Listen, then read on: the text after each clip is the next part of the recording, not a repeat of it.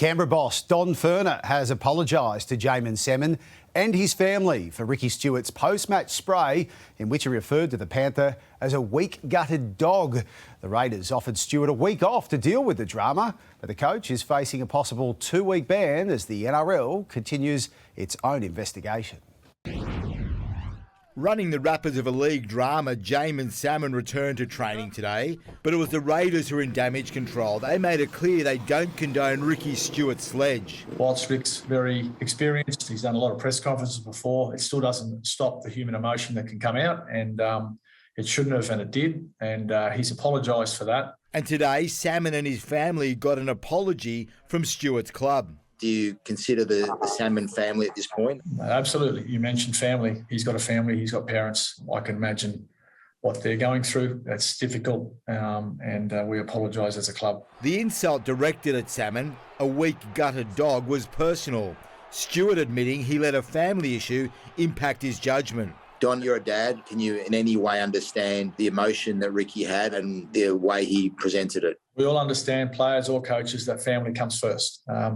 But, in his position, you've got to learn to divorce yourself of that. The Raiders are still waiting for the NRL's punishment.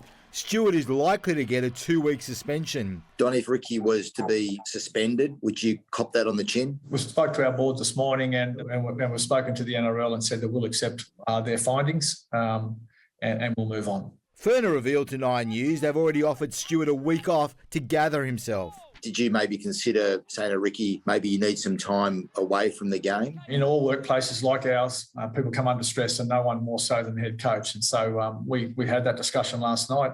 That support will be there for him. And if he needs time away, we'll certainly allow him to take that time. Don, does the club still have faith in Ricky as a person and a coach? Absolutely. We re-extended his contract. He's the heart and soul of this club. Everybody knows what he's like, and that's what we love about him. It doesn't mean that he doesn't make mistakes.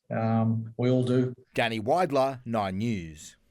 Well, the Tigers' fight to have their controversial loss to the Cowboys reversed is over after the NRL confirmed it will not be changing the result. The club has now abandoned its threat of legal action, but not before launching one final attack, saying they know and everyone knows they should have won the match. Well, making matters worse for Tigers fans, star recruit Isaiah Papalii admits he still hasn't decided if he'll honour his contract and join the club next year. For the first time, Papalii has revealed the moment that made him reconsider switching to the struggling club. He's the Tigers' big-name recruit for 2023. Many fans see Isaiah Papalii as a player who could help turn their fortunes around. But Papalii admits he's no certainty of moving to Concord, despite putting pen to paper on a 3-year deal. Obviously, people ask me about it, just even on the street, or family and friends are hitting me up, but that's kind of for my manager to look after. And even if I don't stay here or I do go next year, I want to make sure that this year has no regrets. The barnstorming lock has revealed the moment that made him rethink the move. I think it was the coaching acting that went on, and when I went and did sign, it was talking to Madge, and he's an awesome coach. It kind of rattled the cage a bit, and I guess you had to have those conversations, and I guess that was a massive factor for me. Papalii says he'll make a final decision on whether he'll honour his contract and join the Tigers once this season is over.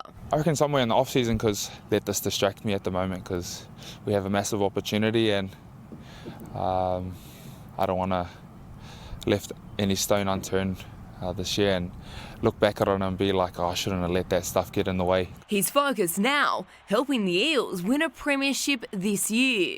We've got a massive run home, so I'm really looking forward to this Friday, where we haven't put in a good performance against the Rabbitohs for a while now, and we want to make sure that we don't let our home crowd down, or more importantly, let ourselves down. Danica Mason, 9 News.